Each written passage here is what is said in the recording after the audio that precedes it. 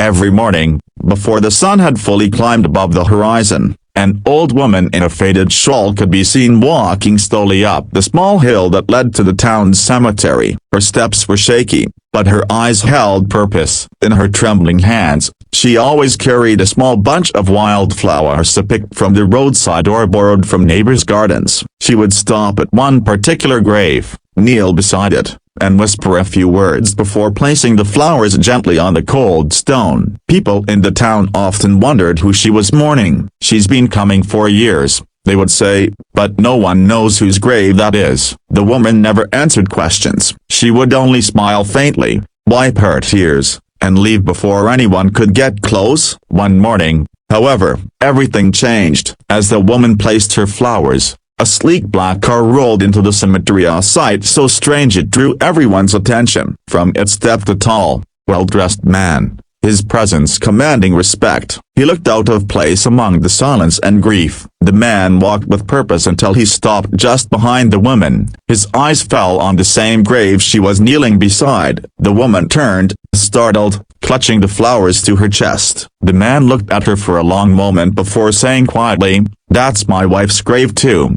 Her hands froze. The words struck her heart like a bell echoing through years of pain. "I'm sorry," she whispered, stepping back. "I didn't mean to intrude." The man's expression softened. "No," he said gently. "You're not intruding. I've been coming here for months, a broken bar, and every time I saw the flowers, I thought someone from my wife's family was leaving them, but I never saw who." He paused. "Why a broken bar? Why do you bring them?" The old woman looked down at the grave. "Because," she said softly, "your wife was the only person who was ever kind to me." The man frowned, confusion flickering in his eyes. "My name is Layla," she continued, her voice trembling. "I used to work as a cleaner at your company. Years ago, your wife via broken bar. She once came to the factory with you. I remember she smiled at me, just a smile, but I hadn't been smiled at in years. Later, when my husband died, and I couldn't pay the rent, she sent someone to deliver food to me. I never forgot her kindness. I didn't even know her name back then,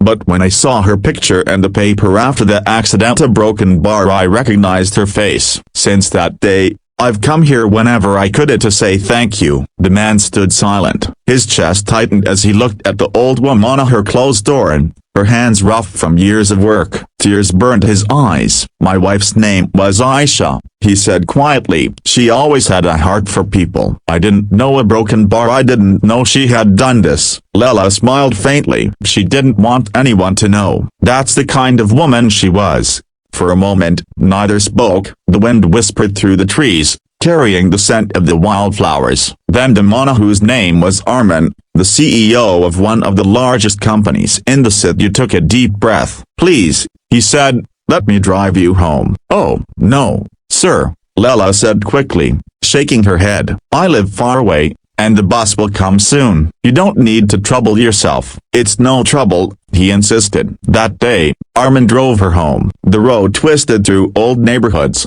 crumbling houses, and narrow streets until they stopped at a tiny one-room home made of rusted tin and patched wood. The man's heart ached at the sight. "You live here?"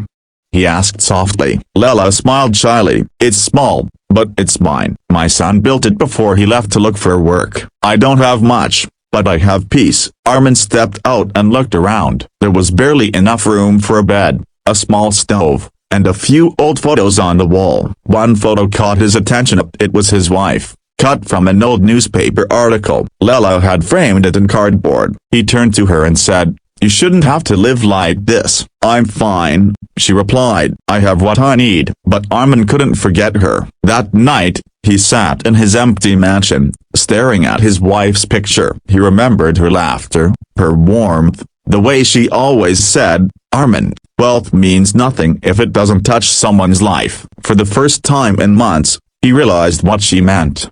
The next morning, Armin returned to Layla's neighborhood, and not in his car this time, but on foot. People stared as he knocked on her door. "Mr. Armin?"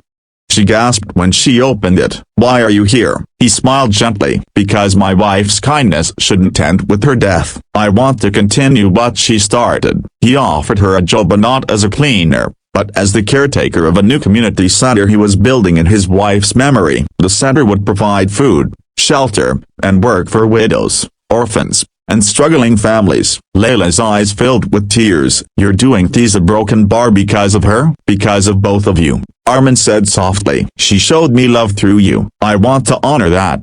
Months passed, and the community center became a beacon of hope. Layla worked there every day, greeting visitors, comforting women who came with tears in their eyes, and telling them that kindness could never die.